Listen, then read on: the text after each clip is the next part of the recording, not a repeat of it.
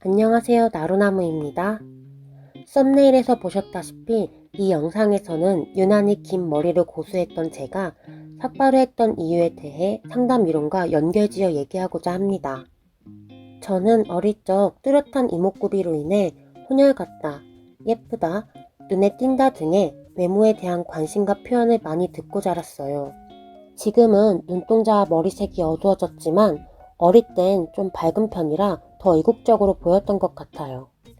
외모에 대한 타인의 관심과 주목은 성장할수록 부담과 불편감으로 다가왔고, 이는 곧 예뻐야만 사랑받을 수 있어 인정을 받기 위해선 날씬해야 해 라는 생각을 갖게 되었습니다. 심리학자 칼 로저스는 자기 개념은 현재 자기 모습을 반영하는 현실적 자기와 긍정적 존중을 받기 위해 추구해야 할 이상적 자기가 있다고 하였습니다. 쉽게 말해 현재 나와 되어야만 하는 나로 구성되어 있다는 것이죠. 이상적 자기는 다른 사람들로부터 긍정적 평가를 받기 위한 가치의 조건을 반영하는데요. 여기서 가치의 조건이란 아동이 성장 과정에서 부모, 친척, 이웃, 친구, 선생님 등 중요한 타인과의 상호작용을 하면서 자신이 특정한 행동을 할 때에만 소중한 사람으로 인정받는다는 걸 습득한다는 것입니다. 따라서 아동은 중요한 사람들에게 긍정적 존중을 받기 위해 그들이 원하는 가치와 기준을 검열 없이 내 것으로 흡수하고 그 가치와 기준에 걸맞는 사람이 되고자 끝없이 노력하게 되죠. 여자는 60kg가 넘으면 안 된다.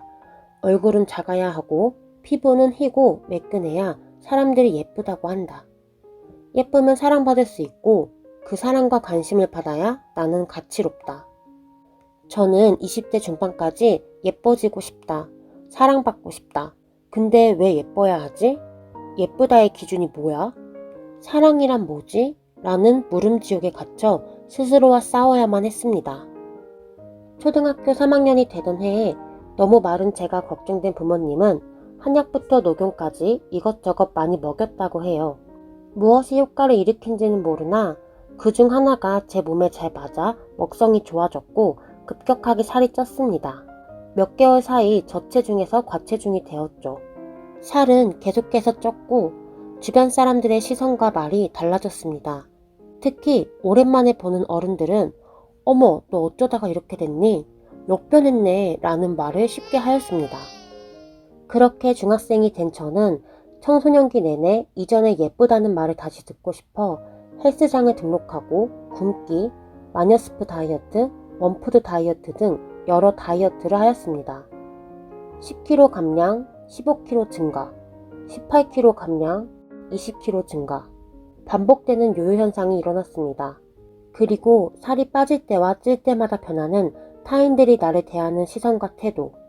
제 몸과 마음은 하나둘씩 고장나기 시작했죠. 20살, 제이와 첫 연애를 했습니다.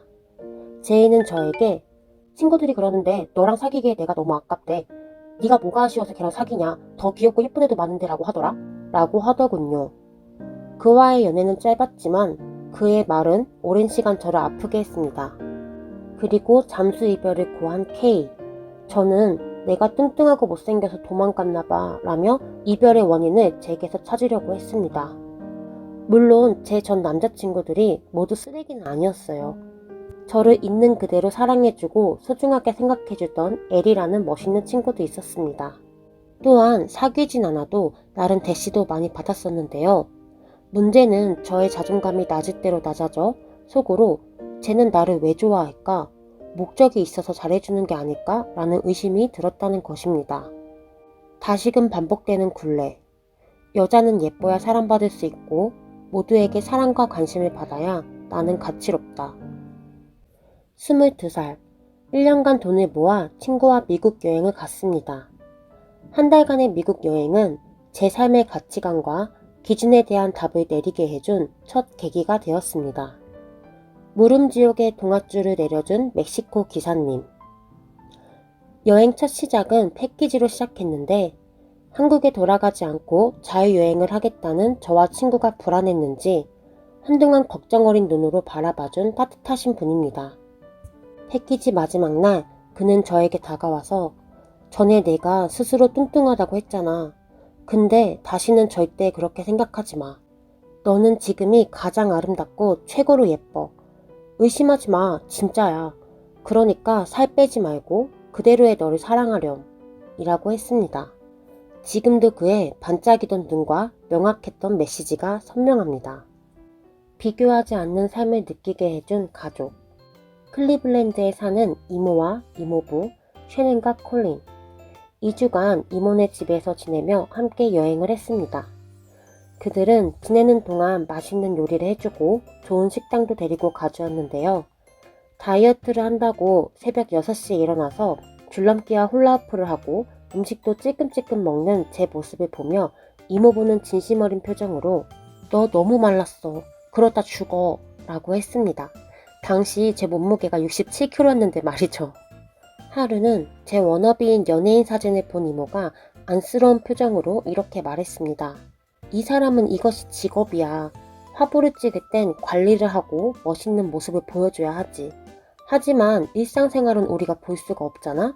그러니까 이 사람의 사진 속 모습과 너를 비교하지 마. 그리고 이 사람은 너무 말라서 건강해 보이지 않아. 매일 아침 달콤한 말로 인사해주던 친척동생 쉐넨과 그의 남자친구 콜린.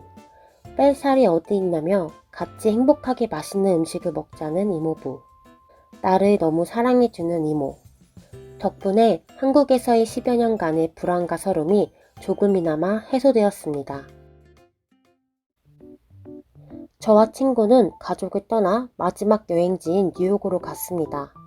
한인 숙소에서 만난 20대 매니저의 뒷담으로 잠시 현실 자각을 하고 여행의 끝이 우울할 뻔했지만 그래도 저에게 미국 여행은 스스로의 정체성과 가치를 다시 재정비할 수 있게 해준 귀한 경험이었습니다. 돌아온 한국. 뼈말라의 원조급인 소녀시대가 열풍했던 때라 미디어와 사회는 마른 몸을 선호했습니다. 냉정한 현실. 또다시 다이어트와 자기 비난이 반복되었죠. 하지만 시간이 지날수록 더 이상 이렇게 살고 싶지 않았고 살 수 없었습니다. 저는 있는 그대로 저를 받아들이는 자의적인 경험이 필요하다고 생각했어요. 살찐 모습, 못생긴 모습, 여자는 이러이러해야 한다는 기준들로부터 맞서 싸우고 싶었습니다. 과감하게 안 예쁜 나를 만나보자. 24살 미용실에 가서 삭발을 해달라고 했습니다. 하지만 미용사의 설득으로 포기. 돌이켜보면 당시 저는 삭발 후의 모습을 책임질 자신이 없어 그녀의 말에 설득된 것 같습니다.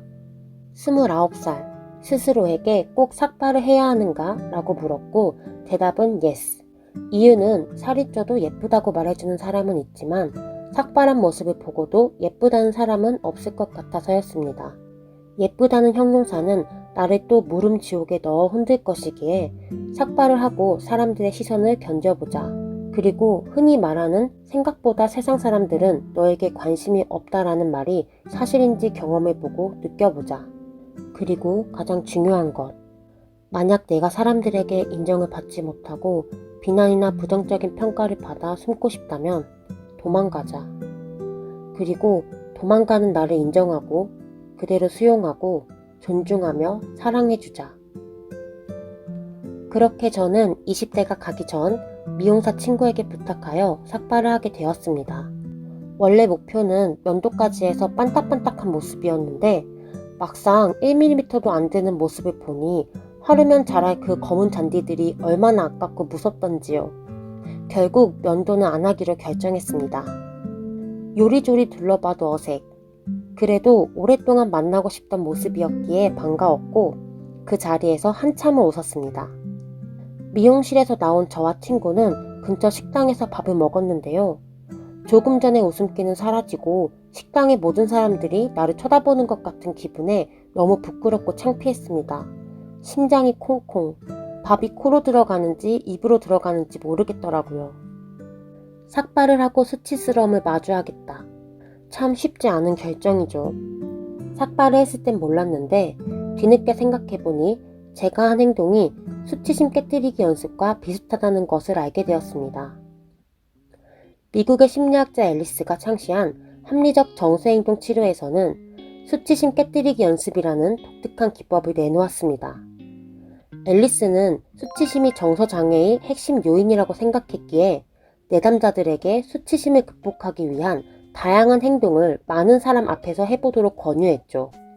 단, 비도덕적이고 불법적이거나 다른 사람에게 피해를 주지 않는 행동이어야 합니다. 내담자들은 공원에서 100명의 이성에게 데이트 신청을 해보거나 모르는 사람에게 돈을 빌려보기, 거리에서 노래를 부르는 등의 행동을 하며 자신의 행동에 대한 불안과 부적절감을 덜 느끼게 되고 타인의 인정을 받지 못하더라도 충분히 견딜 수 있다는 것을 깨닫게 됩니다. 이 기법의 원리를 보니 여러분이 보시기에도 제가 삭발한 이유와 그에 따른 기대 효과가 매우 유사한 것 같죠? 집으로 돌아와 삭발한 제 모습을 본 언니는 소리를 질렀고 동생과 형부는 웃으며 놀렸습니다. 조카 유이는 제 머리카락을 만지며 강아지라고 했는데요. 아마 미용을 한 강아지 몸이 따뜻하고 털이 짧아서 비슷하게 보였나 봐요. 엄마는 재밌다는 반응, 그리고 아빠는 같이 삭발해주겠다고 하셨어요. 남자친구에게는 연애 초반부터 나 예전부터 삭발을 하고 싶었어 라고 말해두었기에 제 선택을 존중해 주었는데요. 막상 빡빡머리로 남자친구 앞에 서려니 부끄럽고 보여주기 싫더라고요. 조금이라도 예뻐 보이고 싶어서 직장에서 쓸 가발을 쓰고 갔는데 남자친구는 삭발한 모습보다 가발 쓴 모습이 더 이상했대요.